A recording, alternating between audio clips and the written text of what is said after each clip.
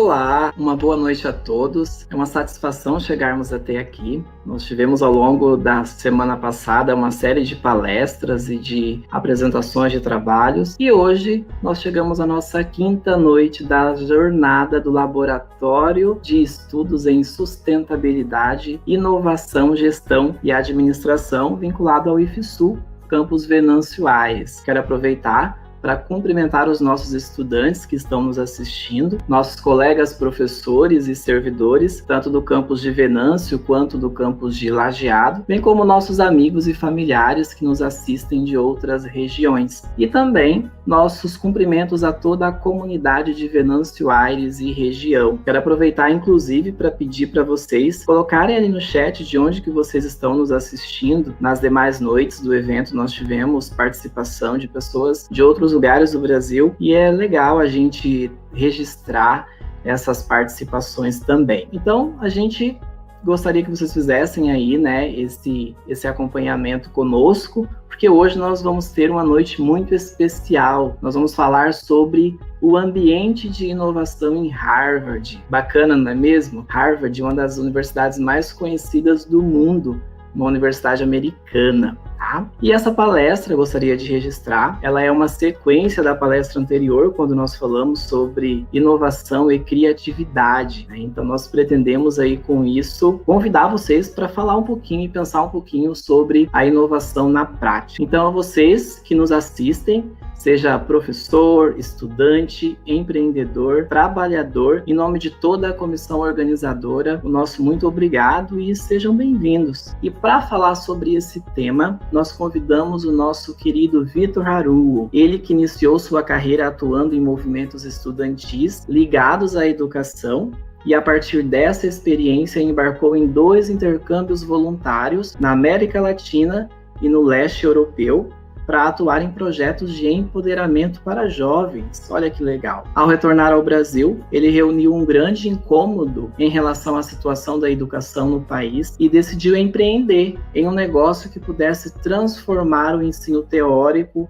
em algo mais prático. Foi assim que encontrou outros parceiros e desenvolveu a Living.Ro, uma startup de tecnologia aplicada ao ensino, que na época foi considerada um dos projetos que estavam revolucionando a educação no país. Depois dessa experiência, ele passou pela Universidade de Harvard e atualmente está à frente do Inspirando Jovens e acredita que a chave para a mudança do país é por meio da conexão de jovens com conhecimento, oportunidades e networking. Vitor, seja bem-vindo à nossa jornada. E aí, pessoal, boa noite, tudo bem? Perdão, eu tive um leve atraso, estava em outra live, bem corrido aqui, mas quero compartilhar um pouco para vocês, como o professor Jean falou, né? Eu acho que para mim é uma honra muito grande estar podendo contribuir com a trajetória acadêmica e de inovação de vocês, né? Ele já falou um pouquinho da minha trajetória, mas eu quero me apresentar um pouquinho mais também falando um pouco sobre como cada experiência aí que o professor Jean falou, que eu tive na minha trajetória, contribuíram também para minha formação e falar um pouco sobre o que eu aprendi de inovação em Harvard, trazer alguns pontos bem práticos assim. Eu gosto de ser bem prático no sentido de você pode aprender, né, com isso e principalmente aplicar aí dentro do seu contexto, mas algumas informações, enfim, uma série de aprendizados que eu tive e eu trouxe algumas referências também para a gente conversar sobre e debater. Quero também ouvir vocês, se vocês tiverem algumas perguntas, estou 100% à disposição. Muito bem, Vitor. Mais uma vez, seja bem-vindo. Quero dizer aí para nossa audiência que, se possível, envie o link para que mais pessoas possam se beneficiar aí dessa conversa, que eu acredito que será muito proveitosa essa noite, tá bem? Vitor, fique à vontade. Maravilha. Pessoal, vou primeiro explicar um pouquinho de qual que é meu propósito aqui com vocês, né? Meu nome é Vitor Haruo, eu sou atualmente Head de Parcerias da Digital Innovation One. Hoje eu atuo com a inovação de uma forma bem prática.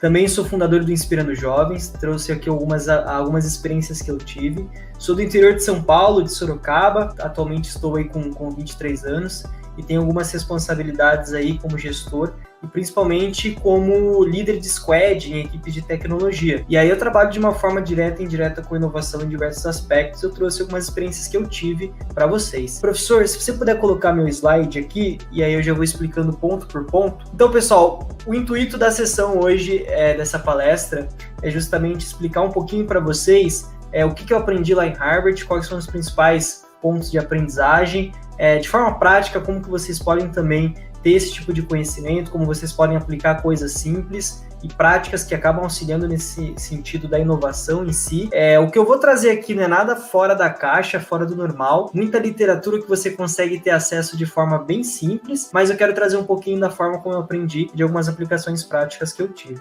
Falando um pouquinho sobre mim primeiro, como eu já adiantei, sou fundador do Inspirando Jovens, sou também head de parcerias, né? Atualmente estou, né, como head de parcerias da Digital Innovation One. O Inspirando Jovens, de uma forma bem prática, hoje é um hub de conexões entre empresa, setor público, com o público jovem em si.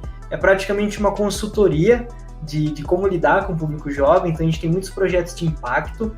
Atualmente eu faço parte aí como fundador, não sou mais CEO, eu fui CEO do projeto por um bom tempo, atualmente eu estou me dedicando mais à Digital Innovation One.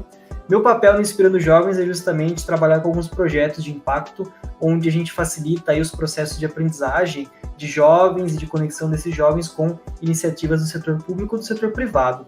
E como fundador do Inspirando Jovens, eu justamente trouxe algumas experiências que eu tive fora do país. Os primeiros intercâmbios que eu fiz, eu trabalhei aí num projeto de educação na Romênia e um projeto de educação lá em Lima, no Peru, onde eu pude aprender de forma voluntária, trabalhando na prática, um pouco mais sobre juventude, um pouco mais sobre educação não formal, educação de soft skills, que é um ponto muito relevante. E aí, quando eu voltei dessas experiências fora do país, eu fundei o Inspirando Jovens. Na época que eu ainda estava no Inspirando Jovens, foi a época que eu justamente fui para a Harvard Extension School, tive uma experiência bem legal lá no curso de Inovação e Estratégia, que eu vou explicar um pouquinho mais para vocês ao longo da palestra. Hoje, como head de parcerias da DIL, eu procuro sempre, de alguma forma, aplicar um pouco desses conhecimentos, né? E eu vou trazer alguns key learning points, vamos dizer assim, né? No sentido de o que eu aprendi dentro desse ambiente de inovação de Harvard, principalmente o que eu aplico aqui hoje no Brasil, dentro desses cargos que eu tenho, dessas responsabilidades que eu tenho hoje como gestor. Sou administrador, tenho especialização em inovação pela UFSCar, faço aí o Master Business Innovation, que é um MBA, né, justamente focado na área de inovação, e em 2018, mais ou menos vai completar 3 anos agora. 3 anos atrás eu fui fazer um projeto de extensão lá na Harvard Extension School, justamente sobre Innovation e Strategy. E aí, o que eu vou trazer hoje aqui não é o que eu aprendi lá, mas sim todo esse agregado de experiências que eu tive e de que forma eu uso isso de forma prática, tá bom? E é justamente o meu ponto que eu trago hoje, são 3 pontos de aprendizagem que eu tive. Eu trouxe não só esse ponto para explicar para vocês, mas também para mostrar uma forma de você também ter acesso a esse conteúdo e como você pode aplicar aí na sua carreira. Aqui, o primeiro ponto eu trouxe 3 lições que eu aprendi, depois quero até saber um pouco mais de vocês, se vocês concordam ou não, etc. Mas durante esse curso de extensão da Harvard Extension School, eu tive a oportunidade de aprender muito sobre inovação corporativa e sobre inovação de startups. Então foi um curso, ele é um curso que ele foi imersivo por um tempo, mas ele foi online também, e o intuito dele foi justamente passar alguns temas e tópicos importantes, tanto para quem é empreendedor, quanto para quem era justamente gestor, executivo, pessoas que trabalham com a inovação dentro de grandes empresas, que são desafios diferentes. Uma coisa é você criar uma startup, uma coisa é você criar um projeto de inovação numa empresa que muitas vezes é muito tradicional. Então, o que eu trago aqui são 3 lições que eu aprendi nessa experiência que eu tive fora do país. A primeira é de que inovação é feita com empatia. Essa primeira lição que eu aprendi justamente tem tudo a ver com a questão de como é feita a inovação em si. E aí eu trago a primeira literatura, eu até tenho ele aqui do meu lado, depois posso até pegar. São os livros que eu tenho de cabeceira, que realmente me ajudam bastante aí no meu trabalho hoje em dia. O primeiro é justamente o Design Thinking, do Tim Brown. Dentro de todo o aspecto teórico que eu tive do curso em si, de extensão lá em Harvard, a gente tinha uma série de livros. O do Tim Brown era um deles, tá?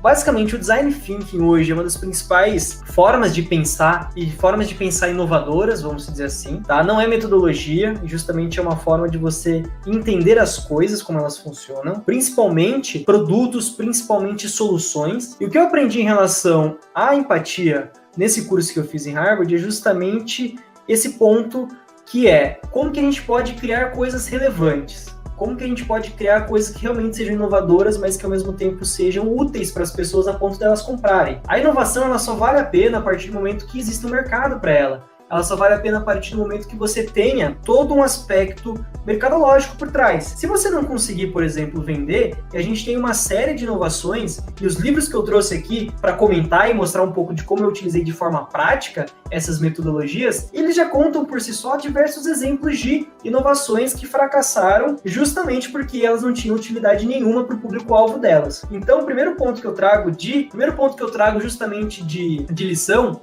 é a importância de você ter empatia no processo de inovação. A melhor forma de você se conectar com seu possível cliente, com seu possível tomador do serviço, muitas vezes que você vai ter, é justamente a conexão por meio da empatia. E o Design Thinking, ele acaba sendo um framework, vamos dizer assim, uma forma de você conseguir seguir passo a passo, uma forma simples de você se conectar com esse público. A inovação, ela surge no momento que ela vai solucionar uma dor. Essa dor em si, ela pode ser qualquer dor que exista no mercado. Por exemplo, a questão hoje que a gente tem da falta de segurança aí por causa do Covid-19. Então a gente tem toda a questão da transmissibilidade do vírus, a gente tem toda a questão sanitária de como lidar com isso.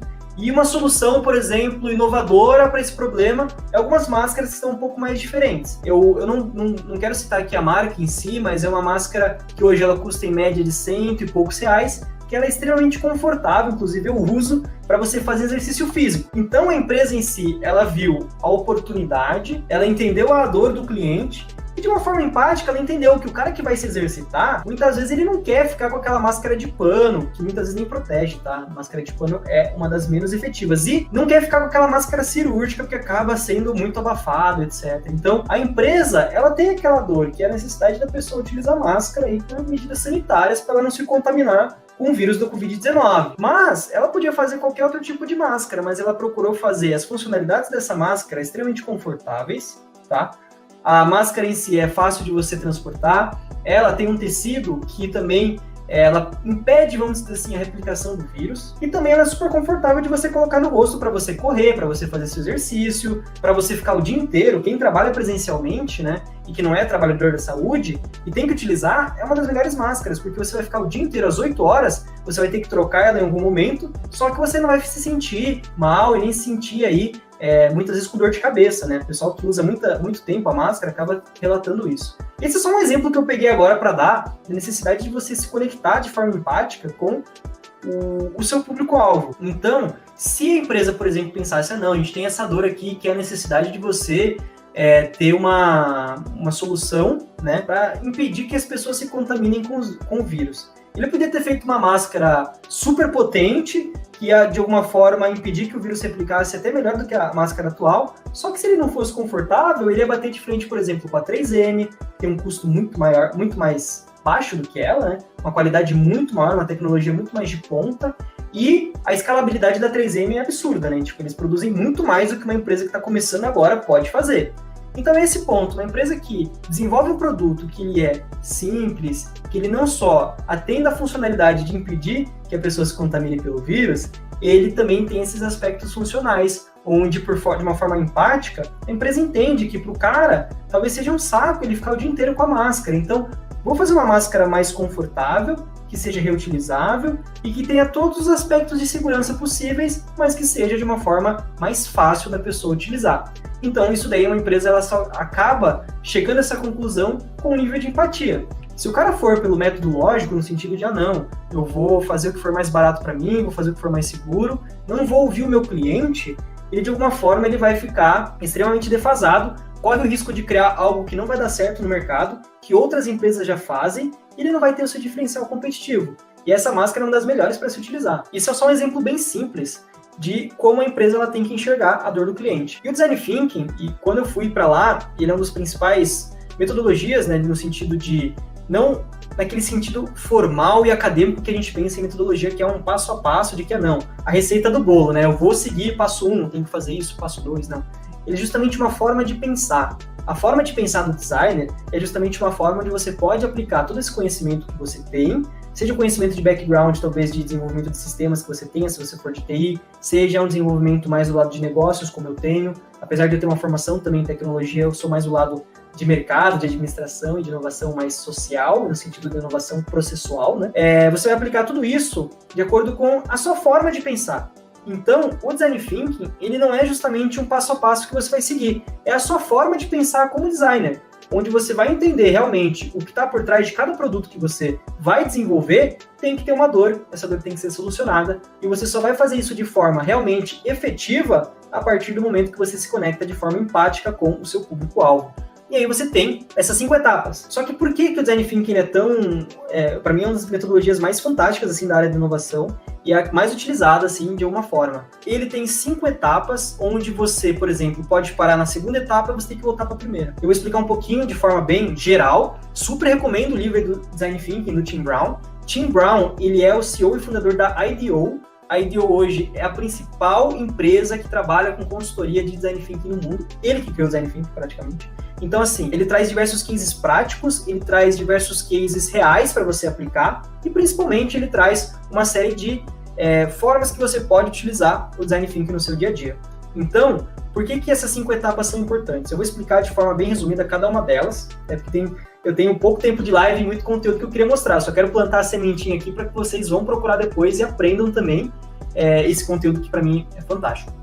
Então, o livro do Tim Brown ele traz justamente as 5 etapas. Empathize, né? Empathize é basicamente você entender como que você acaba se aproximando do desafio que você tem.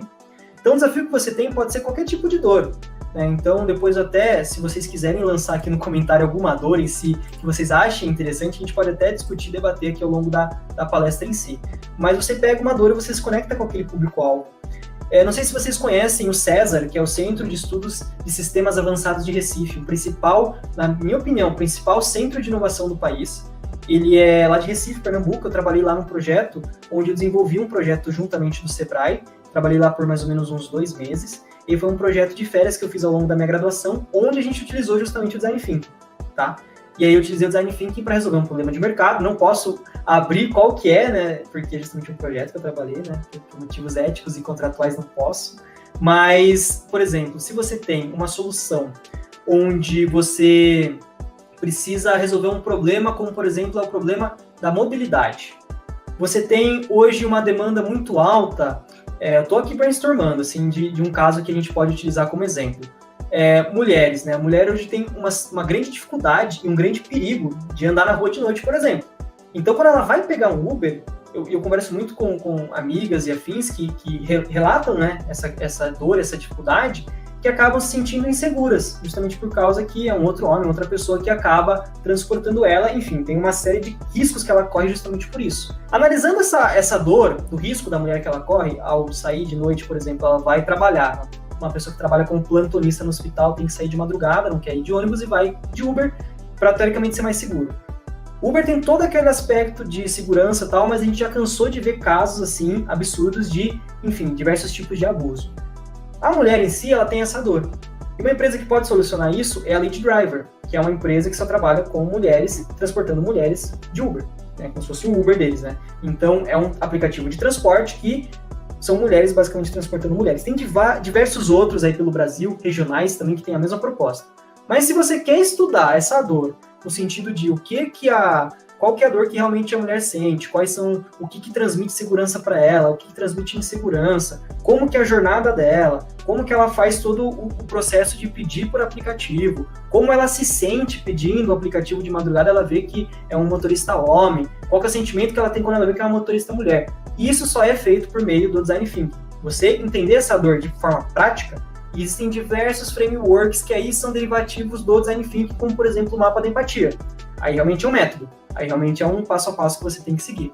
Mas justamente o Design Thinking ele visa isso, você entender de fato a dor que você está querendo solucionar. E aí o processo de empatia, né, que é o Empathize, é justamente você entender essa dor de forma prática e começar utilizando algumas ferramentinhas, como por exemplo o mapa da empatia, para entender o seu público. Então vamos continuar nesse exemplo aí da insegurança da mulher ao utilizar o aplicativo de transporte à noite.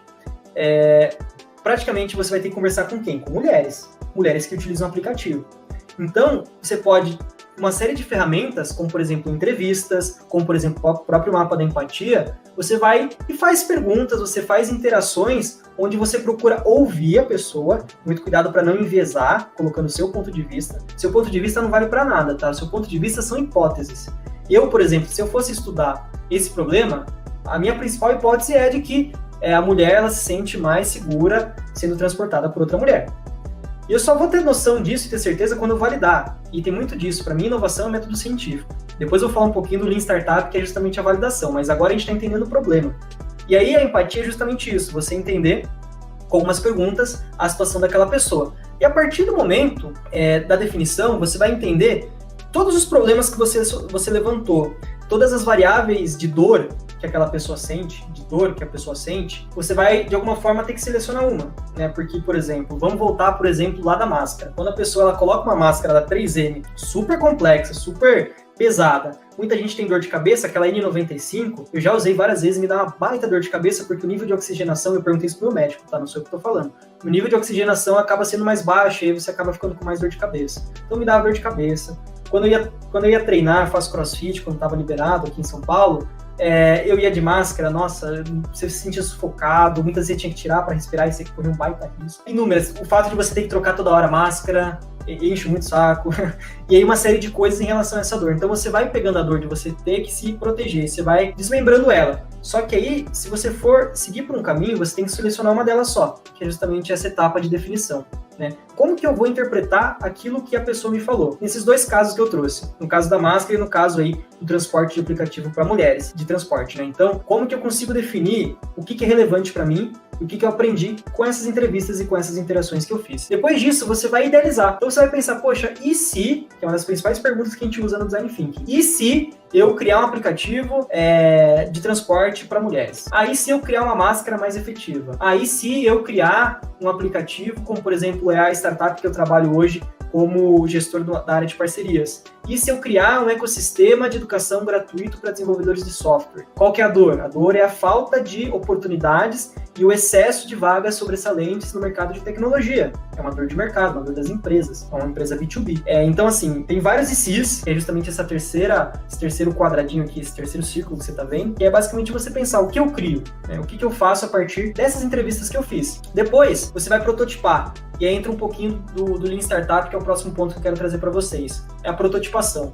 Como que você vai utilizar isso que você aprendeu para criar? Você não vai precisar desenvolver. Imagina se esse pessoal lá do Lady Driver, ou o pessoal que cria um aplicativo. Para você desenvolver um aplicativo do tipo, com às vezes as funcionalidades do Uber, é muito caro, você precisa de muita tecnologia, muito tempo de desenvolvimento. E imagina você faz tudo isso e chega lá e não funciona. Tipo, as mulheres não querem baixar o aplicativo. O cara acha muito caro R$150, ou o cara não quer deixar de comprar a máscara da 3M.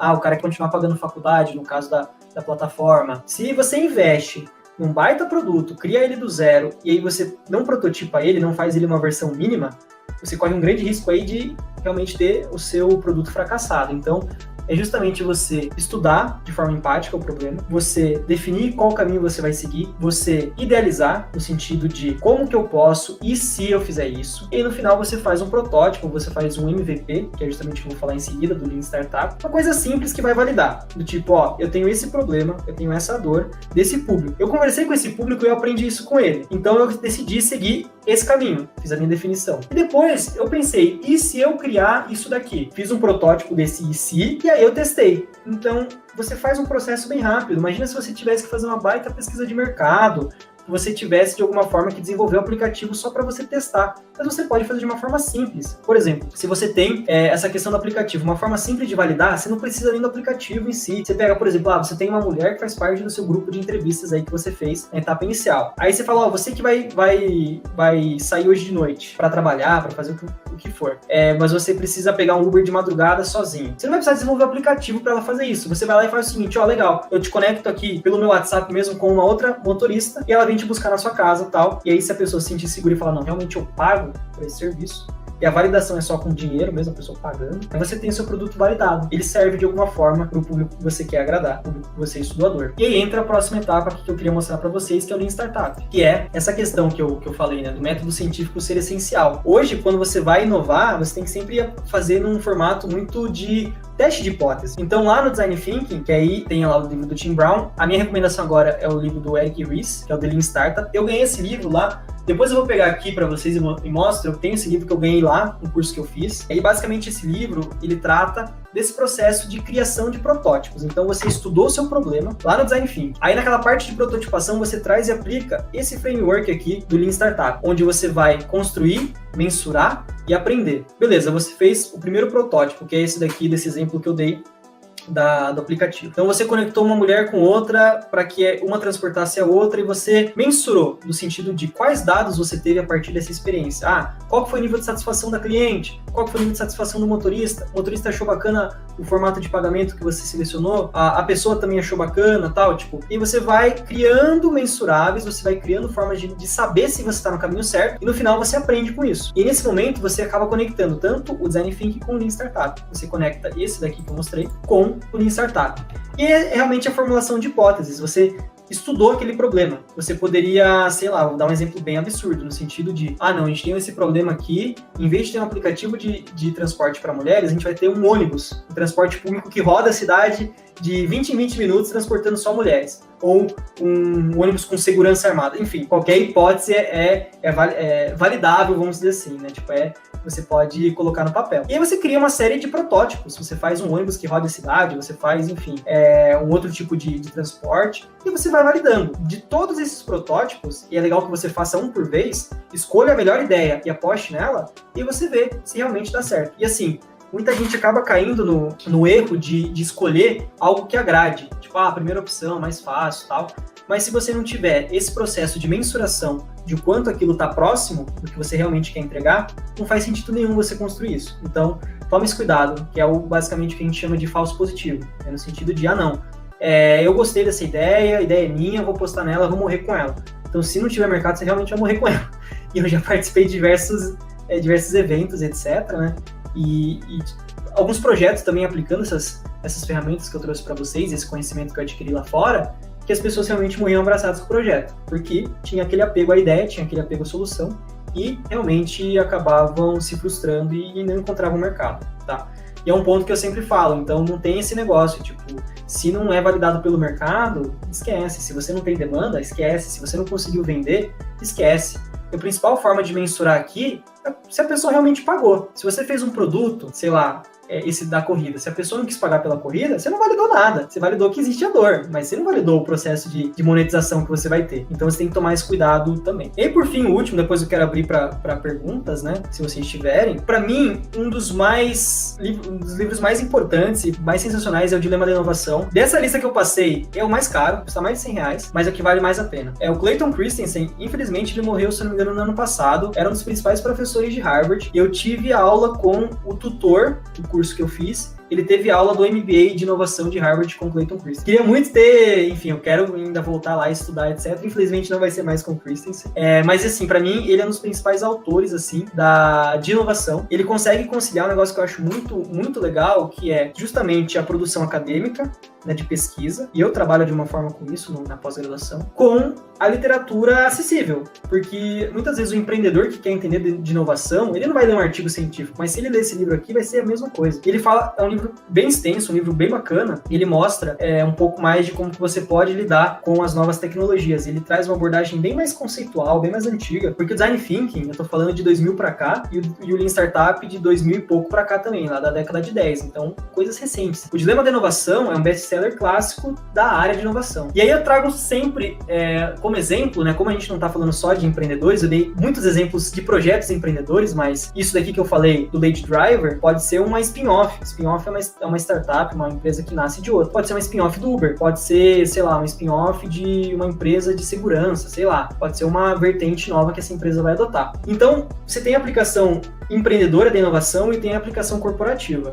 Esses dois primeiros passos. Esse terceiro, que é para mim uma das lições mais legais que eu aprendi, né? Eu já tive do lado do empreendedor, né, nesse projeto do Inspirando Jovens, era uma startup, hoje é muito mais uma consultoria que a gente trabalha, mas também já tive uma outra startup que era a Life o professor Gil citou, e também hoje eu trabalho num aspecto assim, eu trabalho numa startup, mas é um ambiente corporativo, eu não sou dono, não sou sócio, não sou nada, eu sou simplesmente um gestor, um líder de squad, head da área de parcerias, então você tem que saber lidar com as questões mais de inovação. E aí, por exemplo, em relação a essa questão dos hipopótamos, né, que é justamente o que o meu tutor falou, quando ele fala sobre essa parte no curso, ele mostra uma foto dele com um hipopótamo daqueles de parque aquático, ele com a cabeça no meio.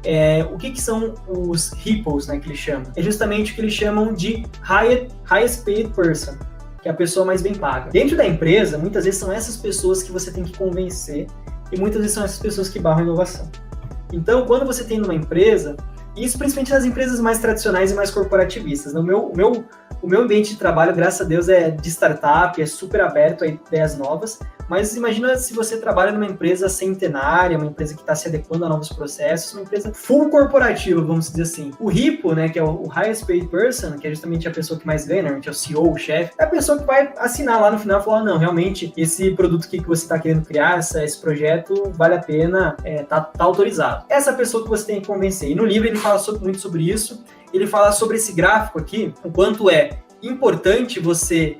A gente sempre fala, né, que você ter a ideia inicial, você ter a ideia praticamente assim, do zero, você ser a primeira pessoa que pensou naquilo, é ideal para que você consiga ter sucesso. Ele mostra totalmente ao contrário. O quanto o que ele chama de pioneiro do mercado acaba sendo prejudicado por barreiras novas. Então você imagina, empresas que acabaram nascendo lá no começo da internet, o quanto era difícil. A internet era uma terra sem lei. Hoje a gente tem marco legal da internet, tem uma série de leis que atuam para, de alguma forma, levar uns processos mais jurídicos para dentro da ferramenta que é a internet. Imagina no começo, quantas empresas não quebraram. Então, pensando aqui, empresas que nasceram no momento errado, vamos dizer assim, a própria Netflix. A Netflix, ela só não se prejudicou porque ela soube se adaptar. Então, a Netflix, ela tinha essa ideia de você ter um consumo mais acessível de conteúdo, só que na época, quando ela nasceu, acho que em 2009, se eu não me engano, nem existia a possibilidade de você ter streaming. Com o tempo, ela foi melhorando essa questão e foi se desenvolvendo. E ela foi mudando para a versão que ela é hoje, que é de streaming. A Netflix, ela começou como uma empresa de locação de DVD que acabava enviando DVDs para os Estados Unidos inteiro. E aí, por fim, só para encerrar minha fala, esse exemplo do entrante no mercado, o pioneiro, não ser o formato ideal, a gente pode ver a IBM, que no começo era a principal empresa de tecnologia do mundo, e de computadores, que perdeu cada vez mais fatia de mercado para a Microsoft e para a Apple no setor de B2C, no setor de varejo, para pessoas físicas. Hoje a IBM ela é gigantesca para pessoas jurídicas, para, enfim, empresas, mas ela não tem atuação nenhuma no mercado de pessoas físicas em si. Ela vende mais para empresa, pessoa jurídica, e não vende para pessoas como a gente aqui. Ninguém está falando de um PC da IBM, falando de um PC da Dell, um PC da Microsoft e tal. Basicamente é esse cenário que a gente existe hoje. Então, eu deixo aqui as minhas redes sociais. Tanto meu Instagram, que eu compartilho bastante conteúdo, como o meu LinkedIn. Dentro da Digital Innovation One, eu tenho muita oportunidade gratuita de programa de contratação de empresas de tecnologia que eu divulgo. Dentro do Inspirando Jovens, tem os projetos que eu também trabalho liderança, carreira e afins. Eu gosto de compartilhar bastante conteúdo no meu perfil. Fico 100% à disposição se vocês tiverem alguma dúvida. Peço desculpa até pelo atraso. Eu procurei também trazer bastante conteúdo aqui para divulgar para vocês. E se tiverem alguma dúvida, eu estou à disposição. Muito bem, Vitor. A gente agradece aí, né, os exemplos tão práticos e tão aplicados que você nos trouxe. A gente pensou em algumas questões de reflexão, né? Se o pessoal também que está nos assistindo tiver alguma questão e desejar fazer perguntas a você relacionada a essa sua experiência, podem fazer ali pelo chat do YouTube. A gente está acompanhando também, né? Eu gostaria de focar um pouquinho nessa sua experiência. Eu sou suspeito para falar, mas a gente sabe que você teve uma experiência em outros lugares do mundo, né? Você saiu um pouco do Brasil, experimentou outros países. Enfim, eu gostaria que você pudesse falar um pouquinho para as pessoas que pensam que é impossível, que é difícil você ir para outro lugar, que a questão das oportunidades de você ir para um espaço como Harvard, por exemplo, é de fato difícil, não é para todos. Eu gostaria que você falasse um pouquinho dessa sua trajetória, dessa sua experiência de ter conhecido outros lugares, como que foi isso para você e o que você acha de importante em termos de conhecimento mesmo, para você ter uma experiência profissional. Massa.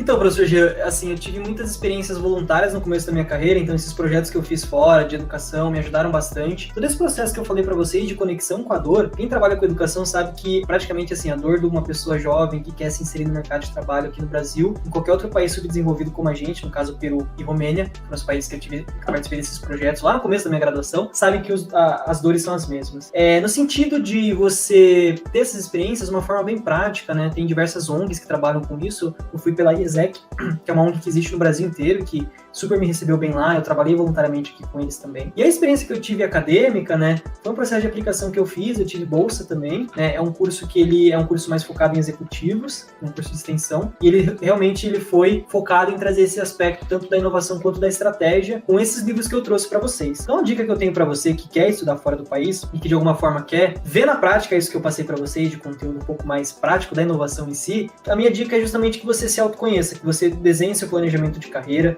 tem muita oportunidade fora do país, você pode ver pelo site de cada universidade, tem programas de bolsa, tem programas extensivos, dá para você ir juntando dinheiro para você realizar esse sonho, dá para você, enfim, ter uma série de planejamentos que você só vai ter a partir do momento que você corre atrás. Então tem muita gente que às vezes me manda pergunta do tipo, e como que eu acho programas lá de Harvard para eu participar, que nem você fez? Fala, vai no Google, pesquisa, entra no site da Extension School, entra no site da Business School, entra no site, sei lá, do MIT, de outras universidades também grandes, vai pesquisando, vê um pouco das taxas que você tem que pagar, das bolsas que existem, e aí você vai se planejando em si. Tem muita oportunidade, e mesmo assim, se eu soubesse, fica difícil você passar, porque elas estão um pouco escondidas às vezes, você tem que ir lá garimpar. Então é muito difícil você achar sites brasileiros que tenham, você vai ter que ter um nível de inglês e tal. Mas tudo isso que eu tô falando, eu falo sempre nunca para desanimar ninguém, mas para vocês saberem o caminho das pedras. Então, se eu fosse dar dicas mais práticas, aprenda o inglês, dá para você aprender com aplicativos baratíssimos, tipo Babbel.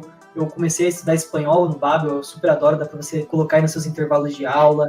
Quem ainda trabalha presencialmente tem aquele deslocamento, né, no ônibus, muitas vezes no transporte público. Eu, quando andava de metrô em São Paulo, super usava. Aí você vai aprendendo, você vai treinando essa língua. Segundo ponto é entrar nesses sites, procurar. Você quer fazer um curso, você tem que entender qual curso se encaixa mais para você, se é um curso mais acadêmico, se é um curso mais executivo. Depois de você tomar essa decisão baseada no seu autoconhecimento, você vai lá e começa a entender quais são as possibilidades que você tem dentro da sua área de formação. E aí, muitas vezes, a faculdade X vai ser melhor do que a faculdade Y. Então, por exemplo, se eu fosse da área de engenharia, o MIT é muito melhor do que Harvard, por exemplo, porque é muito mais tecnológico no sentido da área de exatas. Tem os cursos de engenharia lá que são muito mais renomados. A minha área que é inovação, o curso de extensão que eu fiz, para mim foi perfeito fazer na Harvard Extension School, justamente porque batia muito com a expectativa que eu tinha. Então, são esses 3 pontos, né? Você aprender o inglês, você procurar as oportunidades e você decidir de acordo com o nível de autoconhecimento que você tem. Perfeito, Vitor. E depois que acho que antes de você ir a Harvard, né, de ter essa experiência, você fundou uma startup também, né, junto com seus sócios, ligada à educação.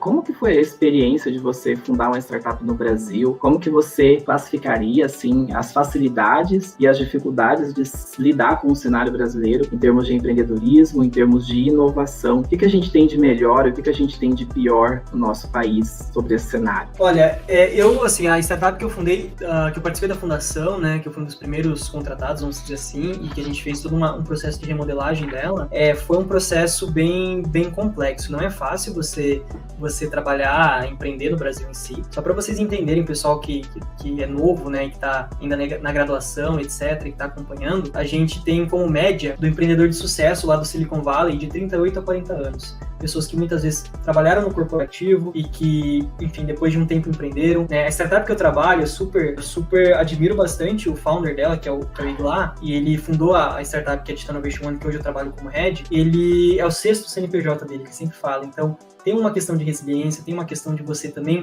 entender as experiências que você tem. Foi uma experiência ótima para mim, a gente conseguiu crescer bem, mas eu percebi, assim, dentro do meu planejamento de carreira, que eu gostaria de aprender mais antes de continuar a empreender. Foi uma experiência que eu adquiri muito aprendizado, mas que foi muito difícil, porque a gente sabe as dificuldades que a gente tem burocráticas no Brasil, a gente sabe também a dificuldade muitas vezes trabalhistas que a gente tem. E hoje os processos de aceleração e de investimento anjo, eles não são tão legalmente bem desenvolvidos aqui no Brasil, a questão do smart money, a questão do investimento de aceleração. Então você tem assim um cenário que vai melhorando, óbvio, e isso é nítido, a gente vê muitas startups surgindo, mas ele é árduo, né? A gente às vezes não pode se iludir e achar que é fácil, mas é legal. Acho que a jornada você aprende bastante, dando certo, dando errado, você aprende muito. Hoje, trabalhando numa startup, num cargo mais de execução e de estratégia, eu consigo também ter essa visualização de muitos processos aí, e o aprendizado é sempre contínuo. Então, se você quer empreender, principalmente num país complexo como o Brasil, minha dica é que você aprenda bastante coisa primeiro, e depois você corre atrás de realmente ter a sua ideia e etc. Porque assim, a questão do empreendedorismo em si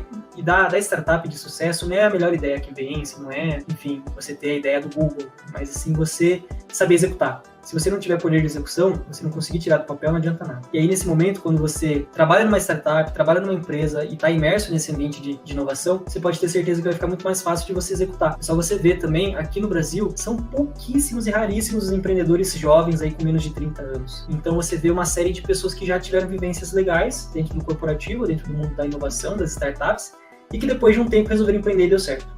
Então, procurem esse tipo de fonte de aprendizado, que eu acho que é melhor do que você querer ter a ideia revolucionária que vai fazer você milionário do dia para noite, que isso não existe. Raramente eu vejo isso daí, no Brasil não conheço ninguém. Muito bacana, Vitor, você falando de capacitação, de experiência, de vivenciar um contexto antes de você tentar empreender. Falando sobre capacitação, é uma outra coisa que eu gostaria de ouvir de você. Você já iniciou outras graduações, né? Me parece que jornalismo. Eu queria que você falasse um pouquinho pra gente como que foi o seu processo de escolha da sua faculdade e o que você diria para os jovens que estão passando por isso neste momento complexo, né? Difícil você escolher uma profissão, parece que é para a vida toda essa escolha da profissão. Eu queria que você falasse um pouquinho pra gente como foi a sua trajetória nesse sentido. Eu gosto muito de compartilhar as experiências que eu tive, que eu acho que é uma forma de auxiliar as outras pessoas. Eu tive muita oportunidade na minha carreira. Eu estudei uma das melhores universidades do país, aí sem precisar pagar nada. O pessoal também do Instituto Federal é uma baita qualidade, você não paga absolutamente nada. Então, assim, eu como aluno de instituição pública, eu tenho super interesse sempre em dar meu give back no sentido de o que eu posso retribuir para a sociedade em relação ao que eu consumi, vamos dizer assim, até de recurso público, né? Então, muitas vezes quando a gente está numa instituição pública, a gente tira a oportunidade de alguém. E eu tenho uma baita mentalidade no sentido de qual que é o retorno que eu vou dar para outras pessoas também na questão de oportunidades. Então, professor, eu sempre tive muita dificuldade para entender qual que era o caminho que eu ia seguir. Eu pensei em fazer jornalismo, pensei em fazer direito, pensei em fazer uma série de outras faculdades, mas tive muita dificuldade em entender qual caminho seguir. Só para vocês entenderem, acho que o pessoal ainda que não decidiu qual faculdade fazer, ou que está indeciso ainda, né, em relação a qual caminho seguir, acho que um dos principais pontos que eu sempre falo é que o autoconhecimento é essencial. Eu sempre posto várias dicas lá no meu Instagram, procuro sempre fazer alguns cursos gratuitos pelo Inspirando Jovens. No Inspirando Jovens, a gente capacitou mais de 5.000 jovens aí do Brasil inteiro, presencialmente, com as nossas metodologias de autoconhecimento. Depois eu até passo para o professor Jean divulgar para vocês aí. A gente tem alguns workshops que são gratuitos e online, que trabalham justamente essa questão de carreira. Então, quando eu tava lá atrás, indeciso, sem saber qual caminho seguir, o principal ponto que eu sempre pensava era o seguinte: eu preciso vivenciar as experiências para saber se eu tô no caminho certo. Então eu fiz o Enem, meu intuito era fazer direito, graças a Deus não fiz direito, porque eu estaria muito infeliz se eu tivesse escolhido essa profissão. Por quê? Não porque o direito é ruim, mas porque pra mim não ia bater com o que eu gosto de fazer. Para muitas pessoas é uma profissão sensacional, só que pra mim, direito, jornalismo, outras profissões, eu ia estar bem infeliz. Eu acabei escolhendo justamente porque eu sempre falo isso de uma forma até brincando, né? Eu escolhi administração porque na minha nota que eu tirei no Enem, o Enem tem lá os equilíbrios, né? Tipo, a balança no sentido de, se você foi melhor em exatas, você tem uma propensão, uma nota maior de corte lá nos cursos de exatas e afins. Eu tinha uma nota muito boa para administração. Eu falei, vou no mais correto, no mais certo e no menos arriscado, escolhi fazer administração. E aí, ao longo do curso, sempre me perguntava se eu estava no caminho certo. Então, todo esse processo de autoconhecimento que eu tive era realmente algo muito complexo no sentido de saber se eu estava realmente seguindo o caminho que ia me fazer aí satisfeito como profissional. No final deu tudo certo, mas foi um tiro no escuro. Então eu pego toda essa experiência que eu tive de falta de suporte para decidir a carreira e eu transformei isso no curso que a gente fez no Inspirando Jovens, que é um curso gratuito, que é o Lab Jovem, né? A gente abriu turmas online na época da pandemia, etc, mas a gente fez muita turma presencial também. Tudo isso de graça porque o meu intuito é democratizar e compartilhar essa experiência. Então, assim que eu tiver até mais novidades, eu mando o professor Jean divulgar para vocês, mas realmente a minha dica é essa: você procurar se autoconhecer e ter experiências. Se eu não tivesse tido tanta experiência, eu não teria tanta certeza que eu tô no caminho certo, no caminho que eu gosto. Talvez lá atrás, se eu tivesse percebido que eu tava no caminho errado, eu teria mudado. Eu acho que é super ok você mudar de profissão, não tem erro nenhum. Eu acho que o erro é você realmente viver uma realidade, uma vida profissional que você não goste. O resto é acerto. Se você estiver testando, o intuito é que um dia você vai chegar num lugar que você goste. Legal, bacana. O que eu mais gosto dessa dica é que você fala da palavra experiência, né? É como se você dissesse também que além das graduações, além das faculdades, você tem que vivenciar a vida para você poder sentir o que é que vai te fazer mais feliz. Então não basta você pensar que escolhendo uma graduação, sua vida vai estar feita, você vai ser um bom profissional, vai receber uma boa remuneração por aquilo. Não, tem que viver experiências também, tem que experimentar. Acho isso bem legal. Aqui também, Vitor, nós temos estudantes que estão fazendo o curso técnico em secretariado, tá? Estudantes que fazem curso técnico em informática, refrigeração, que é um curso das engenharias. Eu queria que você falasse um pouquinho pra gente como que a gente poderia indicar um caminho para essas pessoas. O que você diria para elas em termos de profissão, em termos de atuação profissional, depois que elas se formarem? O que elas poderiam pensar assim, em fazer em termos de inserção no mercado de trabalho? Alguma coisa nesse sentido. Eu sou técnico em comércio, então também tive a experiência aí de fazer o ensino técnico, acho que é super interessante, te ajuda bastante no começo da carreira, acho que te ajuda a saber o que você gosta e o que você não gosta também. Eu acho que a dica que eu tenho é justamente você, além da questão da experimentação, né, você experimentar, ter experiências interessantes aí ao longo da sua carreira, mas aproveitar esse período do técnico para justamente buscar coisas novas, aproveitar que muitas vezes você só estuda, se prepara para o vestibular. Eu também achava, na época que eu estava no ensino médio, que eu fazia muita coisa, mas hoje, trabalhando e estudando, eu sei que realmente nosso tempo, se você se organizar bem, dá para fazer bastante coisa. Então, vocês têm um tempo aí que dá para você pegar muita coisa extracurricular, muita coisa de aprendizado prático, de hard skills aí que você pode aplicar na sua carreira. Também você pode, de alguma forma, experimentar caminhos que você imagina. Então, nossa, se eu quero empreender, poxa, por que eu não tento fazer um projeto aqui de inovação? Se eu tenho dúvida se eu quero direito ou jornalismo, poxa, por que eu não posso começar uma faculdade aqui, me preparar para uma faculdade de direito? Se não der certo, paciência, eu vou e tento o jornalismo agora e tal. Eu acho que quando a gente é novo, a gente tem a possibilidade de testar. Hoje a gente tem a oportunidade de testar de graça, que são as universidades públicas, e em qualquer lugar do país você consegue, de alguma forma, aí, também estudar de graça. Então, tem só o custo da oportunidade. O custo da oportunidade, quando a gente é jovem, quando a gente é novo, ele é baixo. Então, se você está no ensino técnico, procure se arriscar bastante, que é um momento da sua vida que você tem para fazer isso. Eu arrisquei muito no começo, assim, experiências diferentes que eu tive, mas que me capacitaram bastante.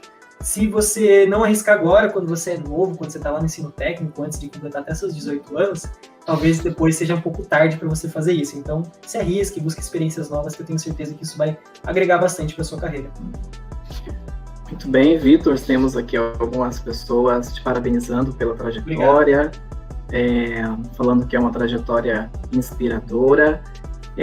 A gente gostaria de agradecer imensamente a sua disposição em estar aqui. Foi uma satisfação enorme recebê-lo, ouvir os conceitos, ouvir o que você tem a nos dizer.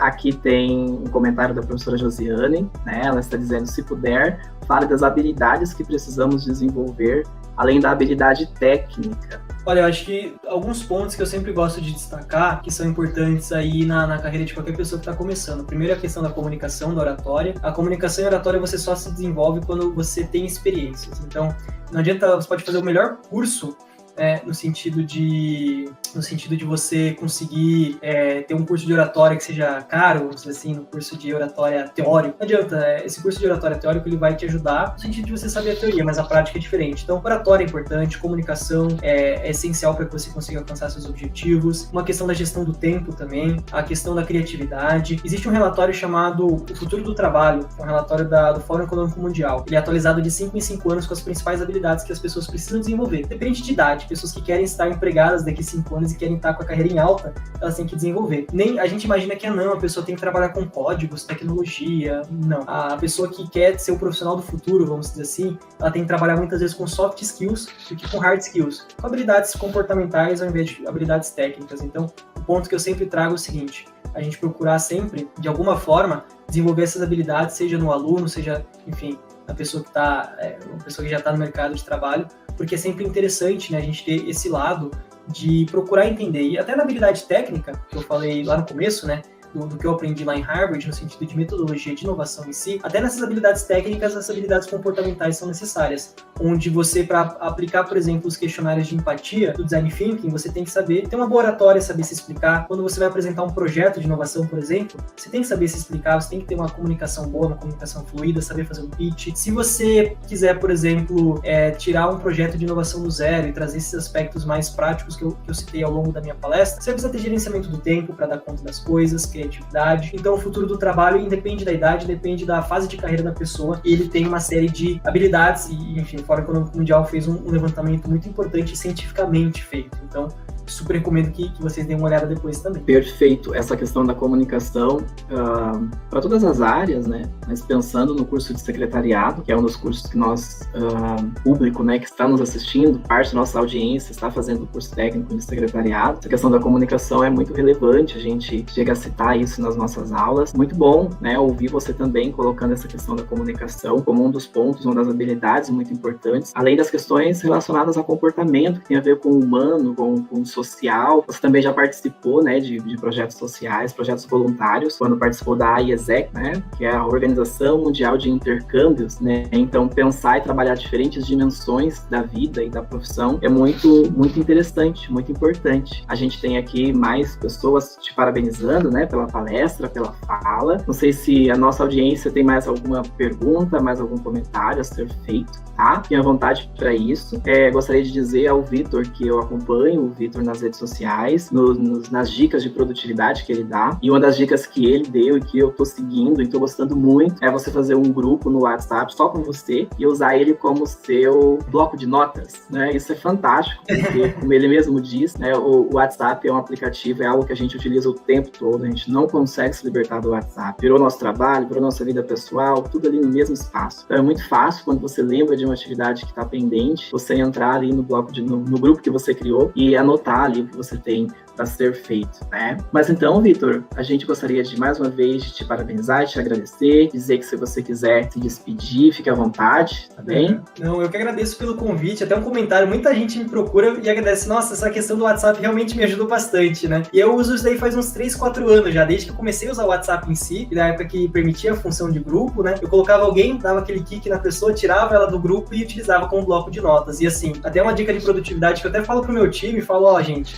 nunca durma sem saber o que você vai fazer no dia seguinte. Então, às vezes você tá com sono lá, e a gente sempre pega o celular muitas vezes pra colocar o despertador, pra mandar mensagem pra alguém, coloca lá no bloco de notas o que você vai fazer no dia seguinte, porque isso vai ser bem importante pra você conseguir, enfim, seguir uma rotina, ter constância, que é importantíssimo. Então, fico feliz aí pelo feedback que você deu, que tá sendo importante. Fica a dica pra vocês também. E aí, se vocês tiverem qualquer dúvida em relação a aspectos mais técnicos que eu vou ler aqui, ou até algum aspecto, enfim, que vocês tenham curiosidade, meu LinkedIn tá 100% à disposição, e também o meu Instagram, caso vocês queiram me seguir, passo algumas dicas por lá também. No LinkedIn eu procuro sempre postar alguns pontos mais da minha trajetória profissional, algumas oportunidades também que eu sempre gosto de divulgar, eu divulgo pelo meu perfil. Agradeço de novo pelo convite, espero que tenha aí auxiliado vocês e contribuído com a trajetória de vocês aí com a palestra. Até uma próxima. Com certeza, Vitor, mais uma vez, muita gratidão. E olha só, nós chegamos à penúltima palestra, penúltima noite da nossa jornada. Quero convidar vocês a continuarem aqui conosco, porque na próxima quinta-feira, às 19 horas,